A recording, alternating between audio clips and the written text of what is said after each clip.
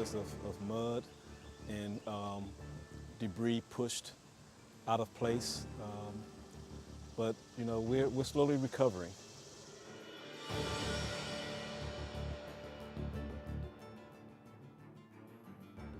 I think when we first came down in the City of Clemente truck, you know, a lot of these houses, where people had them started putting their stuff out of their house onto the road, you think you got everything you need, and the next day you don't have anything, and you got to start all over again.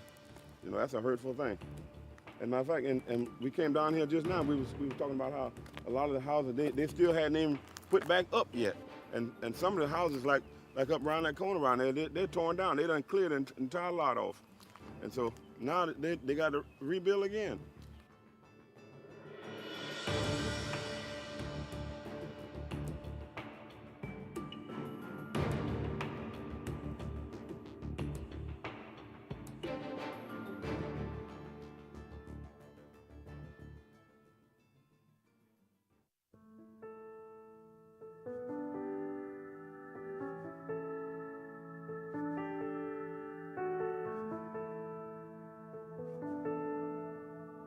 The city's response to this disaster was totally phenomenal.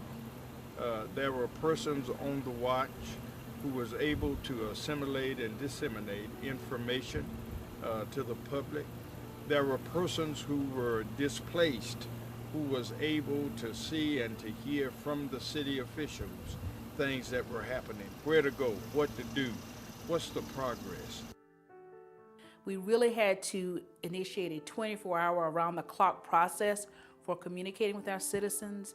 We utilized all of the city's communications outlets, including our city TV channel, our website, and definitely our social media platforms. And communications was a vital part of not only making sure that the general public and the media were informed, but it was also crucial for the public safety of our citizens. As soon as it happened, of course, we come in, and we start putting a plan together, because we have to have the right paperwork for all assessments and things. Then at that point, you actually go into the field and get a feel of how many inspectors you need to put in the field, because we have to visit every home and do an early assessment of damages and values and water levels and things of this nature.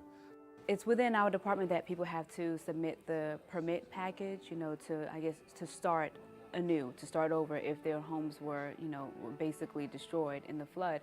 So our department played a big part in that, played a big role in that, and so, it came to the public meetings and things like that. A lot of people, were obviously affected by the flood, and we had to swing in to assist many frustrated property owners start from the beginning. We knew that there were a lot of businesses that were going to be impacted, and that they were going to be impacted in many different ways. Some of them were actually going to have physical damage in terms of, flooding in their locations, or lost inventory, lost equipment, anything like that. We wanted to make sure that people knew what was out there and what was available to them and how to go through the process. For me, it was fulfilling getting the animals back to their safe, getting back to their homes and back to their owners. Overall, I will say we were really impressed with the citizens. They really took the initiative to get their pets taken care of, to get them out of their homes, take them where they needed to go. We assisted where they needed us, and it was pretty amazing to watch the community come together.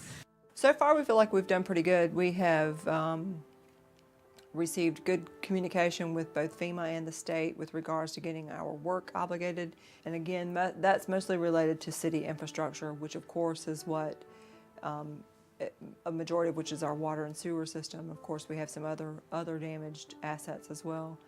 And those are assets that our public and our communities rely on a daily basis to be able to perform, live. I mean, water, wastewater, so those things are essential. The hardest thing of all of it to overcome was seeing the canal actually breach and knowing that we were potentially going to lose our water source. And fortunately, that did not happen. We never lost the ability to treat water and produce water at our water plant. So knowing that we made through it without ever losing our water source was a great relief. So when the canal breached and the river level receded, the water level in our canal receded as well. and we were unable to pump from our normal water intake and pumping system. So while we were trying to figure out a way to solve the canal breach itself and to dam up the canal and save our water source, we worked in a parallel path to develop an alternate water source and pump water directly from the Broad River and get that to our plant, thus bypassing the canal temporarily. So as the water level dropped, we started placing temporary pumps and piping systems over along the banks of the Broad River. This is a pedestrian bridge that crosses the canal, and during the flood and during the height of it, we had two 24-inch diameter large pipes and several smaller diameter collapsible pipes. So you really couldn't even walk across the bridge, you had to climb across pipes. But this was the way that we were able to get water, the path that we were able to get water, pump it out of the Broad River and deliver it onto our treatment plant site, thus bypassing the canal. Not only did our department come together, but the city as people who love each other. I had one of my inspectors had ran across a gentleman in the field that's his livelihood. He went from state to state and did devastations. He set up all over the United States he had been. He had never saw people come together like Columbia, South Carolina. It was that touching. I mean, there were food on every corner. There was churches. There was families taking their children that was old enough to lift a board to say, I want you to be a part of this. So these children understood how people in need, how it felt. The historic flood of October 4, 2015 will long be remembered as one of the most challenging times that our city has ever faced. And although dams were breached, roads washed away, homes destroyed, and lives lost, the spirit of our community was never broken. Law enforcement, fire and rescue personnel, various city departments, and citizens stepped up to the challenge to ensure that we not only survived this catastrophic flood, but that we came back even stronger. Yes, October 4, 2015 not only revealed the power of Mother Nature, it showed us the strength and resolve of our city. It showed us we are Columbia strong.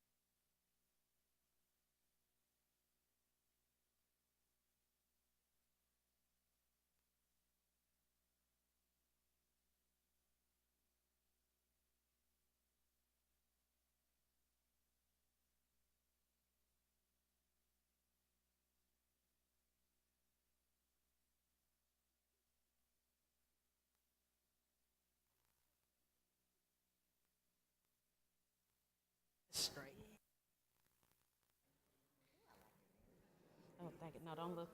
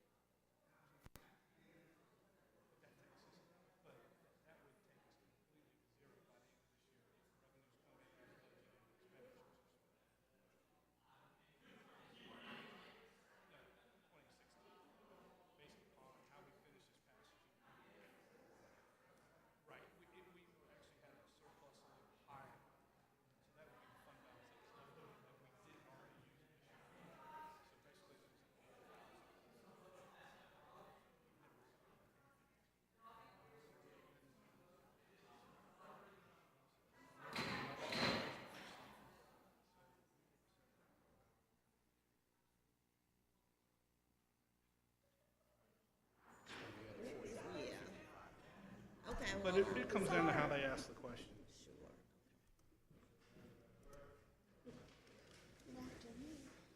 Good afternoon. Mr. McDowell? Mr. Duval? Present. Mr. Badura? Ms. Devine? Mr. Davis? Here. Mayor Benjamin? Good afternoon, Mayor, Council. I was corresponding with some of you before we came into the meeting and wanted to address a couple of agenda items for the current work session, executive session, and tonight's meeting. And if council would then act to amend the agenda, that would be appreciated. I suggested that we remove item 45 from this evening's agenda. I would also ask that council move item 4 to this evening's agenda as an additional presentation this evening. We could make it item 50A. Item 4 from the council discussions moving to 58. Yes, sir. So you're taking them off the afternoon and putting them on the evening? Yes, sir. I think that would be better because I know council wanted to discuss a couple of these items in executive session first. And so if council would consider adding to the contractual discussions in executive session, a discussion of a potential contract with Marathon Consulting, Marathon Health, as well as the Blue Cross Blue Shield renewal. So we'll be adding those two items to item 6 under executive session.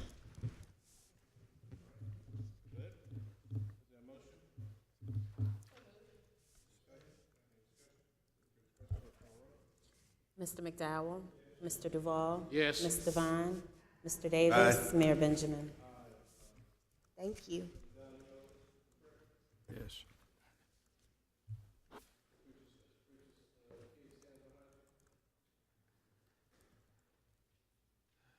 Oh, Lord, for all that you've done for us for this day and for all of the possibilities you've allowed us to share in. Lord, in the midst of a cloudy day, we ask simply that you might allow the sunshine of grace and mercy to fall upon us. For those of us who sit around this dais, and particularly for this community who sits in this chamber, allow us to be sensitive to your will and to your way.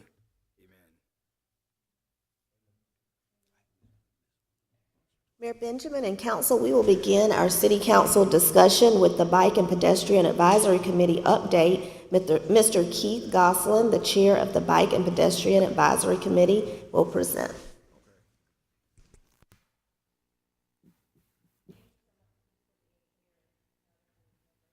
Thank you, Council. Very much appreciate representing the city. As you may or may not know, BPAC is a body of this council. We're an advisory group. We represent the city and very much appreciate representing you as well. Thanks for your time today. My name is Keith Gosselin. In my day job, I'm a project manager at Ag First in the IT world, but my other job is concerning bicycle and pedestrian issues in this city. As you know, that our city competes every day for creative jobs. Companies want to be in a vibrant, safe city. People in our city want to be able to walk safely to where they pray, where they work. They want to be able to bike safely. They want to be able to take buses to connect. These are all vital pieces to our city, as vital as water, as vital as anything in this day and age. Last year, BPAC put together a strategic plan at the beginning of last year, and one of the things that we wanted to do was to more frequently come up here and present to you, have a discussion with you about the state of bicycle pedestrian programming and infrastructure in the city. And so this is the fruit of that. I have 3 children. I want to be able to bike with them to the market on Saturday. I want to be able to walk all over these public spaces in our city. And so this is something that I'm passionate about. I'm going to present two events that are going on that city staff as well as volunteers on the BPAC and other volunteers throughout the city are working on very diligently to advance these causes. I'm going to talk in general about some BPAC initiatives that our members are working on. And then I'm going to present some follow-up items for consideration for this body with regards to bicycle and pedestrian programming and infrastructure. The first slide up here is an event that we're going to do tentatively set for April 2nd in the spring. It's called an Open Streets event. Open Streets events goes back to Bogota in the 1970s, and now they are widespread throughout almost every major U.S. city. Atlanta shuts down 4 miles of highway 4 times a year to allow people to flood onto the streets to do things related to healthy activities, bicycling, walking. It's not a festival per se. There's not drinking. There's not live music. It's a chance to really look at our highways and say, hey, these are public spaces that every day we give up to cars. These are chances for our kids and our adults and everyone to get out onto the street, enjoy each other, and enjoy the space that Columbia has to offer. So Atlanta does one 4 times a year, 4 miles they close down. Charlotte does one time a year called 704 Open Streets. They shut down approximately 5 miles once a year. We're looking to set up a similar kind of thing here in Columbia. We're only going to close 3 blocks. We're currently working with the Divine Street Merchants Association. They're very excited to take this on for their area. They'd like to see pedestrian improvements in their area. We have other health and arts groups. One Columbia is going to be presenting tonight, and One Columbia is a big champion of this in terms of bringing interactive, lively art into the streets. So we're working on this actively through the fall and into the spring, and you'll start to see more about this. Our ask here is just that we encourage, these are open streets events are typically public-private partnerships. This is really this BPAC is really the one championing this effort, and of course we're a committee of city, and so we obviously would love for you to attend. We could use help in the area of on-duty police presence and publicizing the event, in-kind type services that the city has. As we are a committee, we are looking for sponsorship, but it's a chicken-egg thing until we get sponsorship. These are the kind of things that we might ask for you. That's the Open Streets Divine, currently planned for the spring. I flip to the next slide. Another equally large endeavor involving several hundred, maybe thousands of hours of planning will be the Mayor's Bike and Walk Summit. This is going to be a multi-day conference here at Ideology. The mayor and council have been working on setting up a list of speakers throughout South Carolina to come here, mayors and transportation planners, and it will be a forum for discussion around the economic benefits of focusing in on pedestrian and bicycling infrastructure. There's extraordinary economic benefits. We see that north of Greenville. You can start to see it in our sister cities of Charleston and others, starting to invest in dedicated bike lanes, more emphasis on public spaces, sidewalks, those type of pieces as a key economic driver. How can council help? We're right in the middle of planning. Staff has been extraordinary on both of these efforts, just helping BPAC, and we would encourage the attendance of this, but also in your communication with local business leaders. I think there's a strong business sense. It's been in the state and other places that pedestrian and bicycling championing is in their interest as well, and we would like them to attend so that they could meet their peers and sort of discuss the challenges and the promises of those endeavors.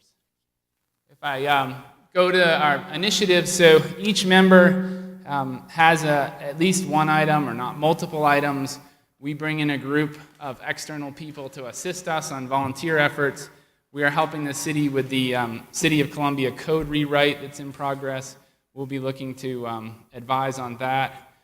This year we're working with CPD.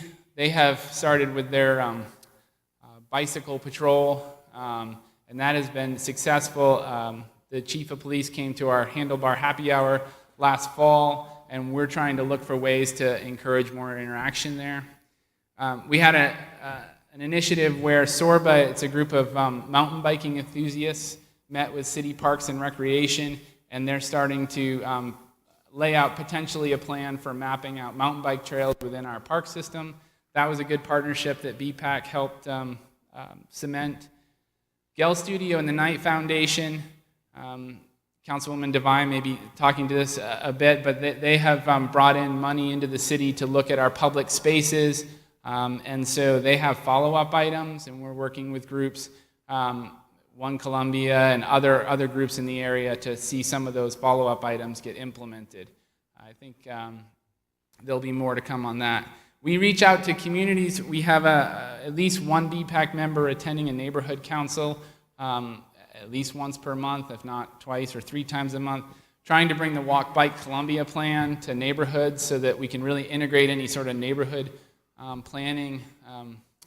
The Walkable 29203 is heavily integrated with the Walk Bike Master Plan. The Mill District Plan heavily integrated with the Walk Bike Master Plan. We continue to do community outreach. And then as of this morning in the Midlands News, We had our first very large bike-friendly business. It's actually a formal application that you submit, and that was actually the building that I work at, the Bank of America Tower. And it was submitted for a bike-friendly business application. It was improved, and we're going out to other businesses, and we encourage you to encourage businesses to come to us. And what we do is you go in, you do an assessment of their facilities, look for ways not only that they're already emphasizing, in this particular case, bike infrastructure and bike policies and bike-friendly things, but how they can get better in the future. Colliers International has really taken a step forward on this, and they were the first one with the Bank of America Tower to do that, and we'd like to do others. This last slide just talks about what we see as sort of the pieces that this city could take next in order to push forward bike and pedestrian infrastructure. It's a one step at a time thing. It's not something that you take on all at once. Some of the pieces in here that we had, we're setting an annual budget allocation for pedestrian and bicycle infrastructure, some sort of miles per year, some number of sidewalks per year. You could pick $1 per year. It doesn't have to be a large, fix everything kind of solution the first year in, but the idea is to get that line item out there so that then you can challenge yourself every year on how to increase that. Bicycle lanes on city streets, we're looking anywhere, any place that we can. We'd like to partner with the penny tax on projects or connectivity to their projects. And so some of these are bike lanes that we think could be early projects for that, as well as a cycle track. If all of you were able to see on the Walk by Columbia, even I'm a bicycle person who bikes back and forth to work, and I lose track of all the different names. But a bicycle cycle track is a piece of a bicycle track on the side of the road that's actually separated from the highway. So I have 3 daughters. One's 12, one's 10, one's 7. And if I put them next to a major highway on a bike lane, I'd be petrified. And I think all y'all would as well. And so the idea is to try to segregate and have separate bike lanes. And cities across the United States are moving almost exclusively to this, as opposed to bike lanes that are striped on the roads. Because what you see is that a bike lane striped on the side of the road might take care of that intrepid rider that needs to get there, or someone who has to get to their job. I mean, we have a lot of people in Columbia that have to get to their job by bicycle or by walking across very dangerous roads. So that bike track, that might solve that. But when you segregate it away from the highway, when you put a physical barrier between the highway and that, you not only make the bicyclist happy, because now it's been proven that actually more females ride, younger people ride. There's an 8 to 80 philosophy, from age 8 to 880 will ride. But you also make motorists happy. And motorists are happy because they're not worried about affecting those people who are trying to get to their place of work or go to their school or go to pray or wherever they need to go with their families.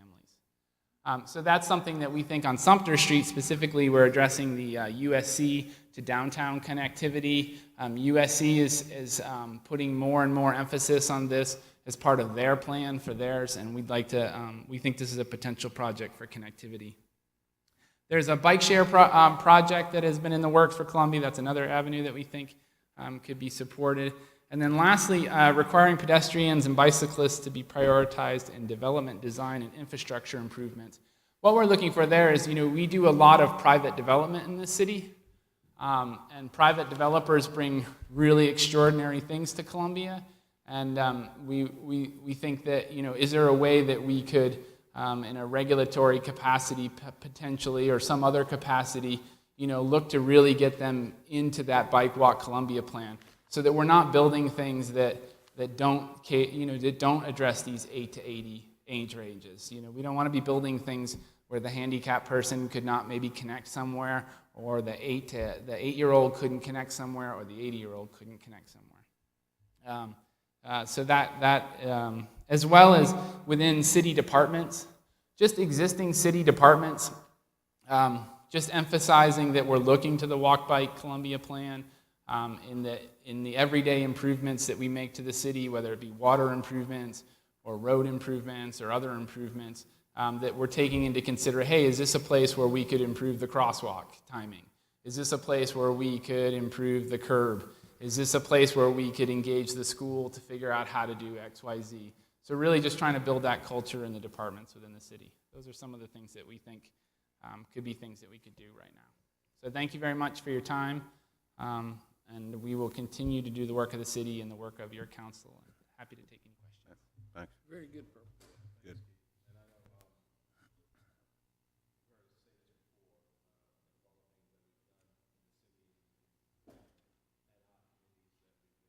The last several years, that BPAC and the work product and the coordination and collaboration has yielded by far, the greatest results. We're very happy and thankful for your leadership.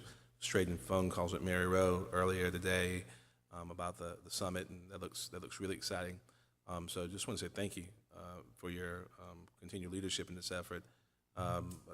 It's the leadership that I always want to make sure I give a lot of credit to Tamika, helping push to get this established, and she's been such a great leader in making it really become just a part, maybe even a paradigm shift in the way in which we think about transportation and interactivity and connectivity in the city. And I'm sure you have some comments, Ms. Devine. Hello. Okay. First, just again, thank y'all for being here. And I'm actually speaking to BPAC next Monday, so I'll reserve some of my comments to there. But I have to tell you, Keith, I mentioned that tonight I'll be making my presentation, a condensed version of what I'll make to you all next week. So a lot of the things that you have in this report are things that I echo in my report back to this council, and I think that you will definitely see as we move forward with our strategic plan over the next 2 years. We will be incorporating a lot of these, and so I think that we're all on the same page, and we're in a good place in Columbia to really move some of these things forward. And then I would just say that we did apply for the Night Cities Challenge grant, and several of the projects that we put forward have to do with open streets, protected bike lanes. So we've got a lot of the things going simultaneously. So hopefully we'll see some differences in the next couple of months, maybe a year or so. It's a snowball. It really is. Mr. Duval. Keith, I was very interested in your mayor's summit on bicycling, and I hope that you will work with the Municipal Association of South Carolina to help organize that. They've got direct feed to most of the mayors, or all of the mayors, particularly Rick Dana from Greer. Rick is a extreme bicycle enthusiast, and he pushed us for years before it became something normal to get more bicycle-friendly legislation.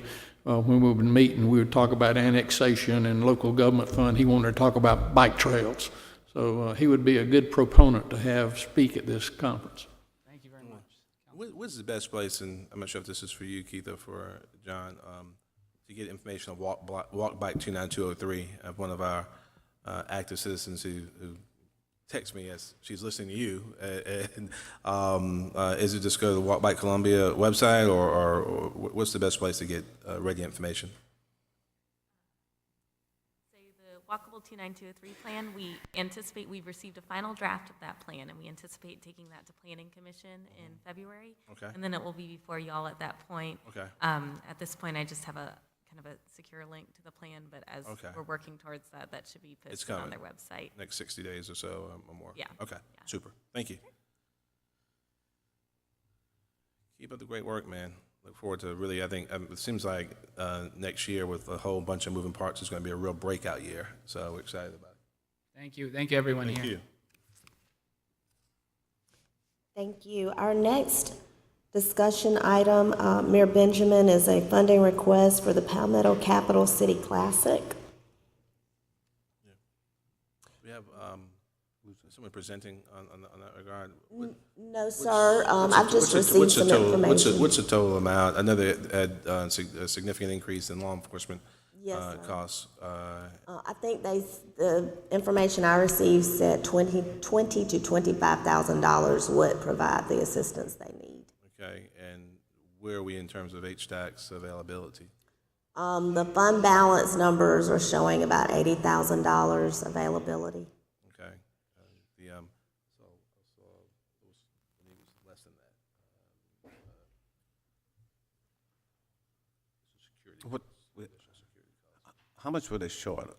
Is it 25 or what?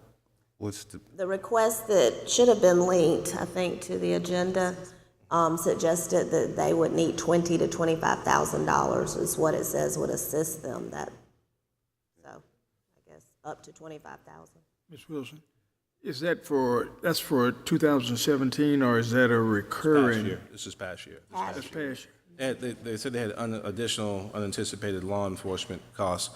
Obviously, we're not taking any action here anyway. Thought someone would be here to present on that.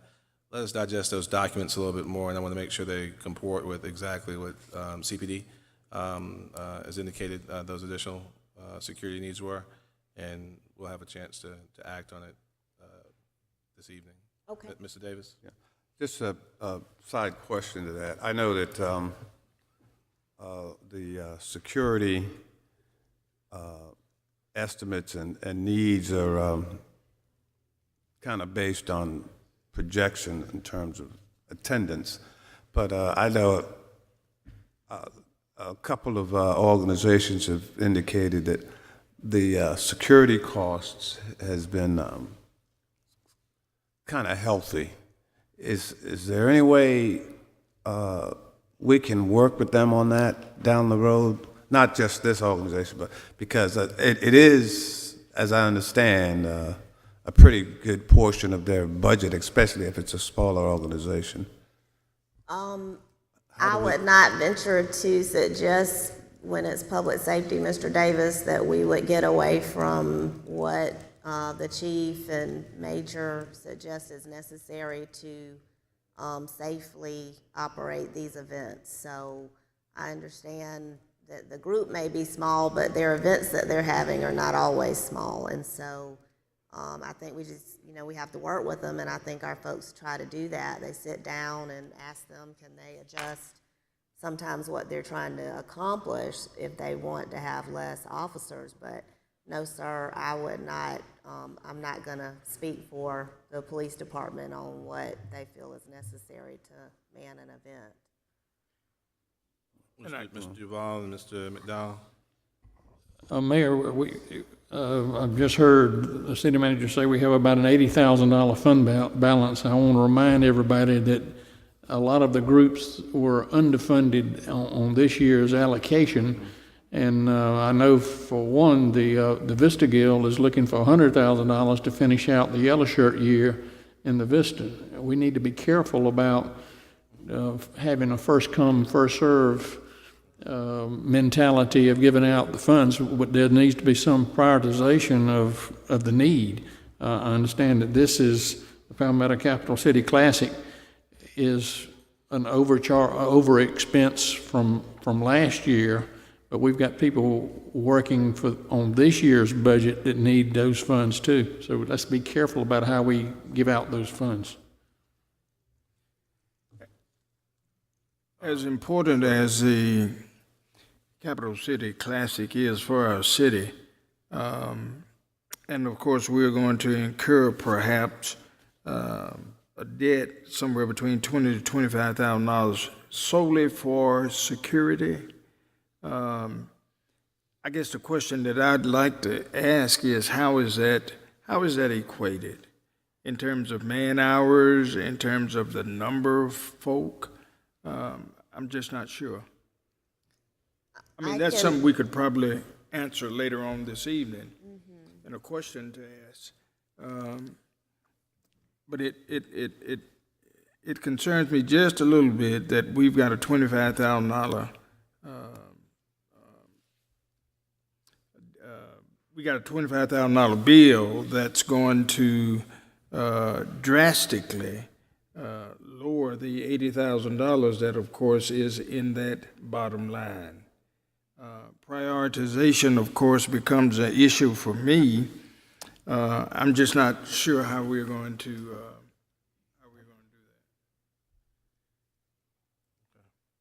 All right. All right. Keep on moving. Our third item is the communication strategy for the City Council Vision Statement. Ms. Leisha Utsi, our Public and Media Relations Director, will take council through the proposed strategy. Good afternoon, Mayor and City Council members and City Manager Wilson. First request, if I could get City Council to actually sit in the audience, please.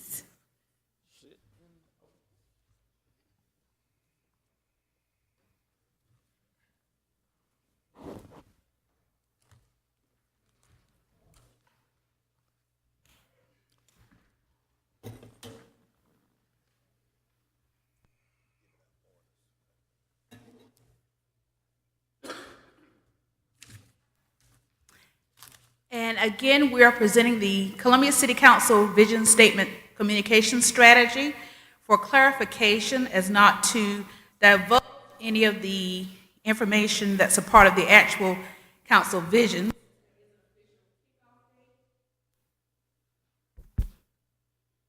Okay.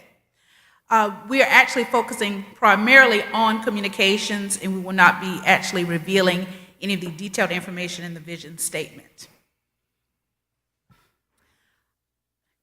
City Council and the City Manager, along with members of the executive leadership team, have actually been a part of this process for several months now, dating all the way back to May.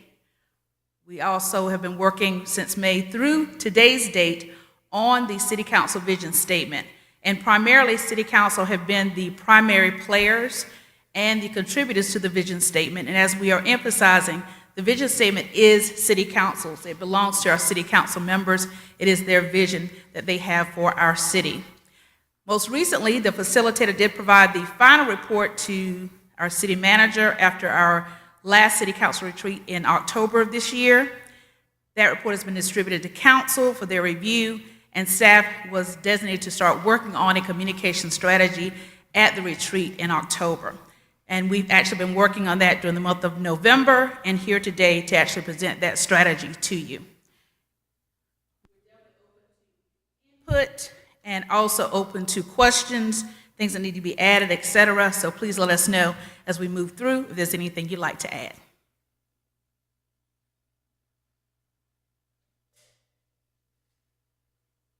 Moving forward, we also have to factor in that we are actually waiting on the special election, as we will be adding a City Council member after the January special election.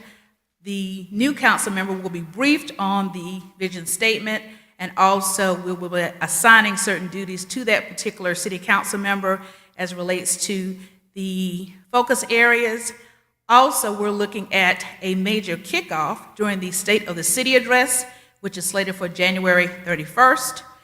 Internally, staff are already working from a budget standpoint, as the City Manager has designated us to actually work on a 2-year work plan as it relates to the vision statement and the focus areas and goals. I'd like to introduce you to our City Council Bitmojis. That's why I needed you to move so you can have like a better vantage point, get a bigger view. If all of you are familiar with emojis, we've actually created Bitmojis of our City Council members and our City Manager.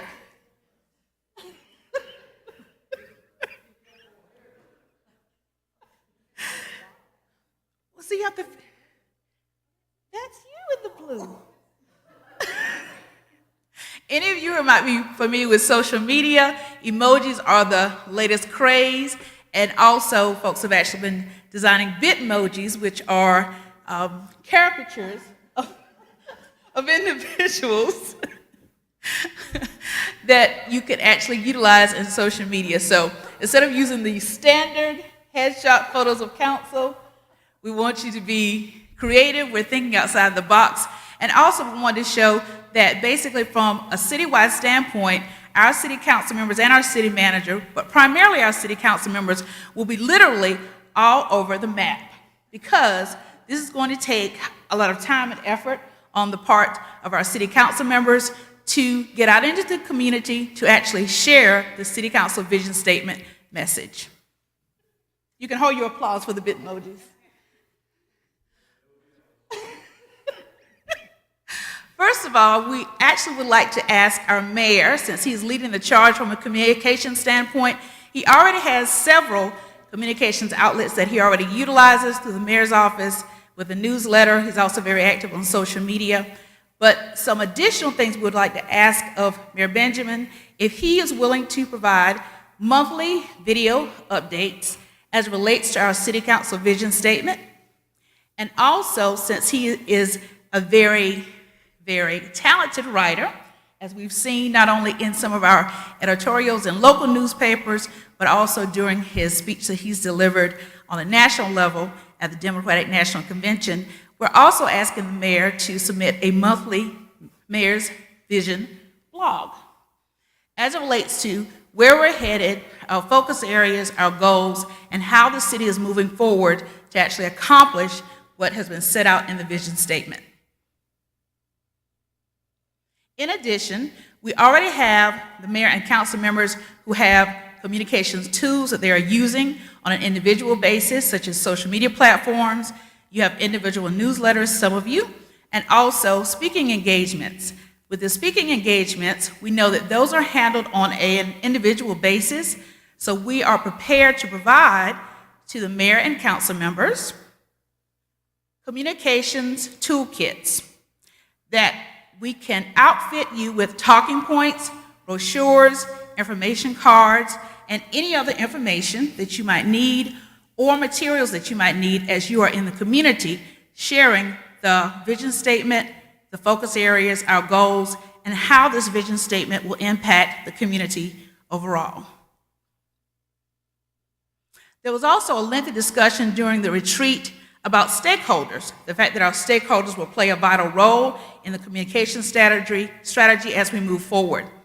One thing we'd like to suggest, which is similar to what we've required of organizations that receive city funding, is to utilize not only the city logo, but the famously hot logo, that a logo that is specifically designed for the purposes of branding and marketing the vision statement, that we also ask that in their marketing and advertising efforts, organizations who receive city funding also utilize branding materials provided by the city as they are actually advertising their upcoming events.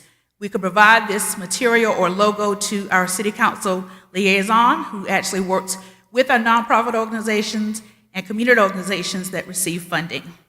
Also at their events, we're asking for the placement of banners or signage on the main stage, at the main gate, or prominent vantage points if the event is held outdoors. Also, most of our cultural arts organizations and some other organizations who hold galas and banquets, we would ask that as a part of their funding that is received, that they are willing to include in their printed materials, TV ads, billboards, print ads, a logo for our vision statement, and if it is a printed booklet, that we actually have space designated for an ad that we can place that actually shares elements of the vision statement. Another major stakeholder group, and please don't let the chart freak you out, but we have a lot of neighborhoods, and all of them meet on a frequent basis. We have actually worked with community development. They provided us with the meeting schedule for our neighborhoods on a year-round basis. This will have to be a team approach with our city council members to either visit or speak to the neighborhoods in your particular district, and also we have at-large members who can also help tag team this effort. Again, it's a team effort. We're not looking at it happening overnight, but actually designating time for the next 11, 12 months during 2017 to truly get into the community, speaking to our residents face to face. Technology is great, social media is wonderful, it's very efficient, but long-term impact for information is really drilled down to face-to-face communications. We had several stakeholder groups that we identified during the retreat. Business community, elected officials, educational institutions. Too many to list, we don't want to leave anybody out. But as a whole, we can use technology to communicate with these stakeholder groups with primary contacts, share with them a virtual presentation of our vision statement, and also extend to them the opportunity to have one of our council members and or our city manager actually attend an upcoming meeting, gathering, or special event to share our vision statement during a speech or presentation. Also, our communication campaign will focus on developing 2 videos. One is a special promotional video that will be used for marketing purposes, featuring the mayor and city council members. There will also be a second video that is more of an educational nature that really drills down to sharing the focus areas and goals specifically in detail as it relates to the vision statement. We're also planning to have some special photo sessions with city council members, including our mayor, images that we can use on printed materials that we're developing for the actual launch. As far as city branding, we're looking at signage, banners, posters, use of social media. For example, not only at City Hall, but also city facilities such as CPD, CFD headquarters, but one place we've actually not done something from an advertising standpoint or promotional standpoint are our parking garages.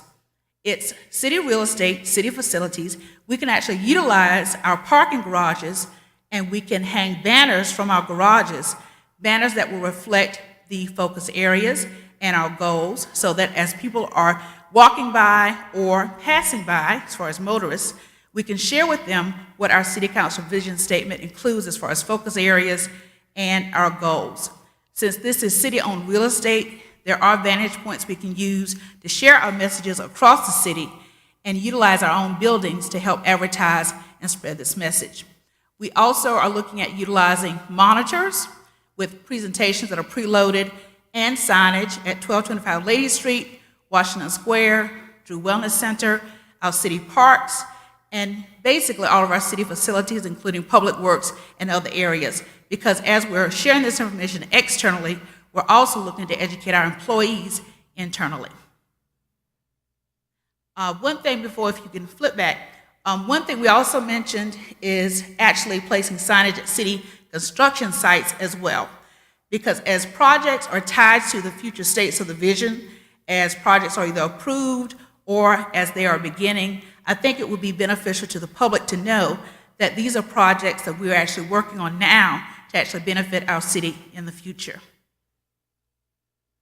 Also for branding purposes, looking at wrapping some city vehicles, working with the various departments that might be willing. Small vehicles, large vehicles, we have vans, buses, and large trucks that we can actually wrap with messages from our vision statement to focus on our areas of emphasis that we want to share with the public. Basically, we could have rolling mobile billboards across the city. Also on the list, city council agendas.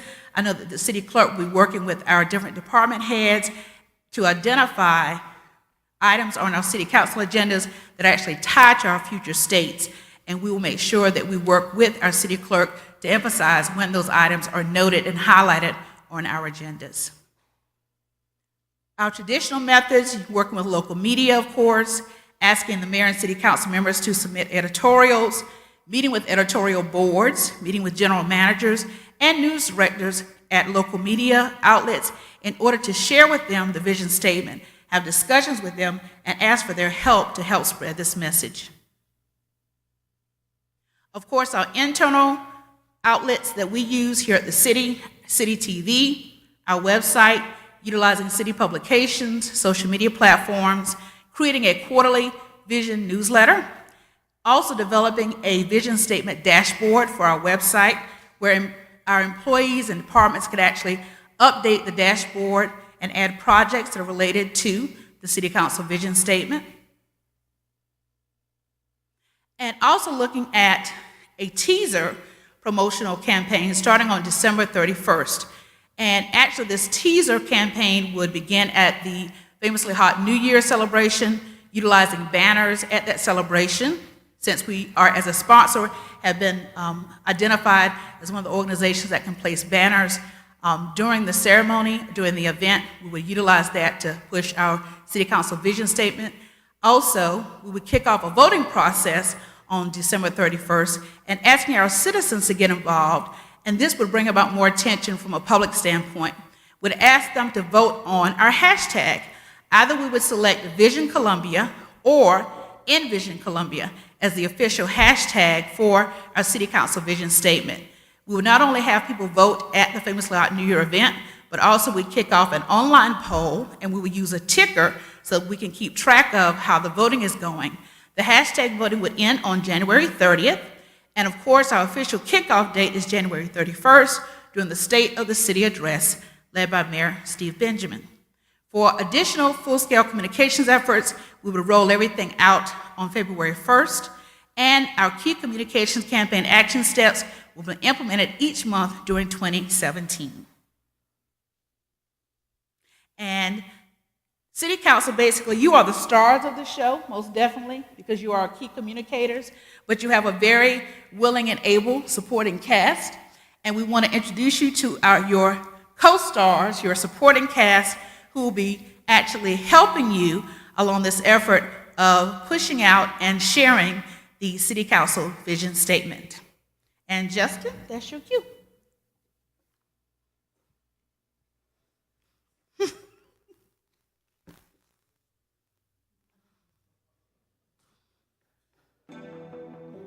The effort will be led by our city manager, which you've already seen, public and media relations, and definitely key staff in all of our city departments, finance, IT, HR, our city clerk's office, and all of our various development corporations and departments throughout the city. We may be frozen in this mannequin challenge, but when it's time for us to go into action, we would definitely be very mobile and very supportive of City Council's efforts to share their City Council vision. And if you have any questions at this time, once the video ends, you can retake your seats. And if there are any questions that I need to address, or if there are any questions that I need to address later, please let me know. We thank you for your attention.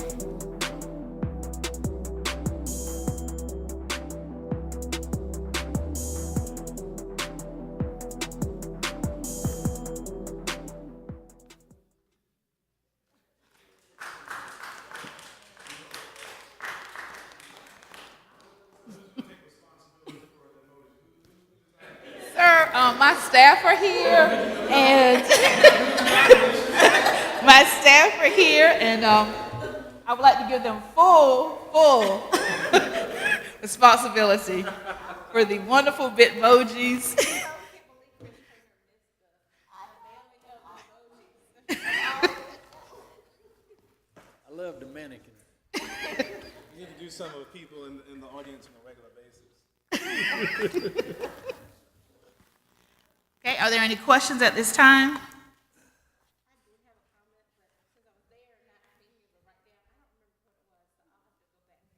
Okay, not a problem.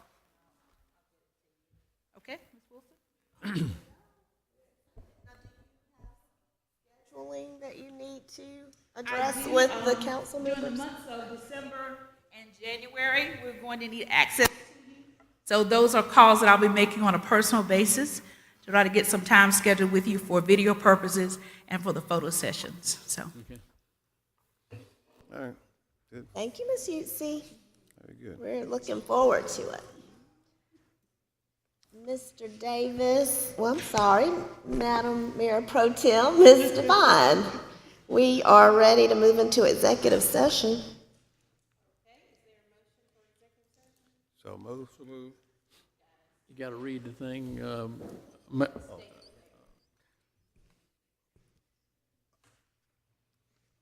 You gonna read it, Sam? Madam Mayor Pro Tem, I move that we go into executive session for the purpose of discussions of employment of employees pursuant to Act 344771, City Attorney's annual report, and for discussions of negotiations incident to propose contractual arrangements pursuant to item number 3470, parking and financing, and discussion of matters relating to proposed location expansion or provision of services encouraging location or expansion of industries or other businesses in the area served by the public body pursuant to tax increment financing districts, barbershop, and municipal complex.